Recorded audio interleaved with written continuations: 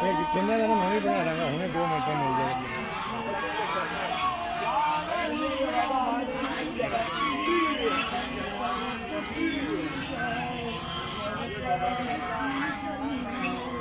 बिस्मिल्लाहिर्रहमानिर्रहीम। इस वेले असी चनेओट मौजूद हाँ। दरबारे आलिया हज़रत शाह शरफुद्दीन बू अली कलंदर रहमतुल्लाह अलैह जिन्ना इत्थे चिल्ला कटिया सी क्योंकि नाल दरिया चनाब है छोटा सा। तो ये जोड़े सूफियात वली लोग जो सफ़र करते हैं ना, तो सफ़र करदे मुख्तलिफ जगह से पहुँचते हैं तो उत्थे चिल्ले करते हैं। तो पानी के नाल तो खास रूहानियत का तल्लक है क्योंकि हज़रत खिज़र अलैहिस्सलाम के हवाले नाल जिहड़ियां रवायात ने पानी दियां ने उत्थे मुलाकात होंदियां ने। तो इस वेले असीं दरबार के सामने मौजूद आ, जिहड़ा इन्हां दा वड्डा गेट सब तो मेन गेट उत्थे मौजूद आ। तो यह पिछे एक दुकान है, इत्थे बड़ियां बोतलां वगैरह लगियां ने, अंगूठियां वगैरह ने जी। इन्होंने जरा देखो जी, जिहड़ा इत्थे ज़ायरीन आउंदे ने आके चीज़ां खरीदते हैं। कूक पाकिस्तान कूक के दौरे के हवाले नाल मेरे नाल चौधरी अब्दुल रज़ाक चट्ठा शीका पाका एसोसीएशन के मरकजी सदर तो जनाब चौधरी मोहम्मद नदीम अशरफ कैमरे के हवाले नाल तावन कर रहे हैं, मूवी बना रहे हैं। तो यह जनाब चूड़ियाँ ने, तो अज भी ये साढ़े वसेब का साढ़े पंजाबी वसेब का हिस्सा ने। यह तुम चूड़ियाँ वेख सकते हो, अंगूठियाँ ने, तो यह पित्तल दियाँ मुख्तलिफ। अगे आओ जी जरा, यह भी चूड़ियाँ मौजूद ने।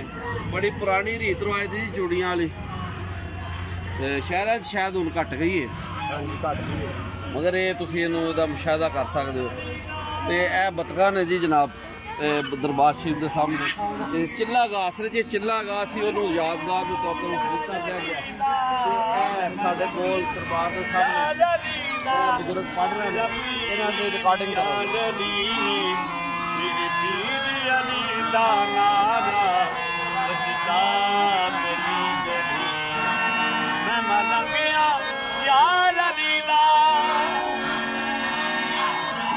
की आवाज़ जी सोहनी सोहने पंजाबी कलाम खरा पढ़ हज़रत बहुत सरकार का कलाम होंदा तुहानू सुल्तान बाऊ दा जेड़ा बोल एक याद सुनाओ।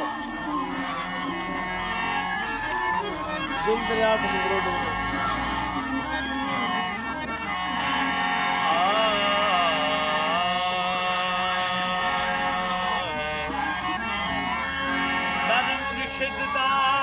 जेड़ा याद है वो आगे खाना काबा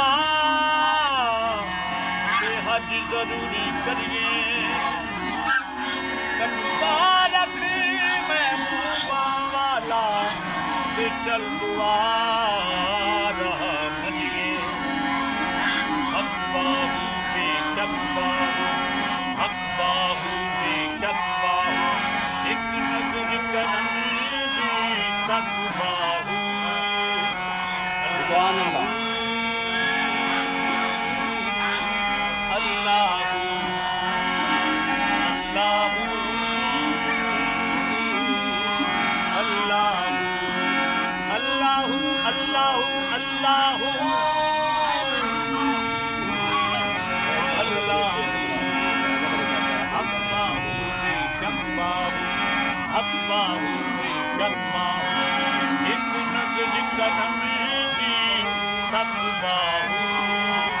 अल्लाह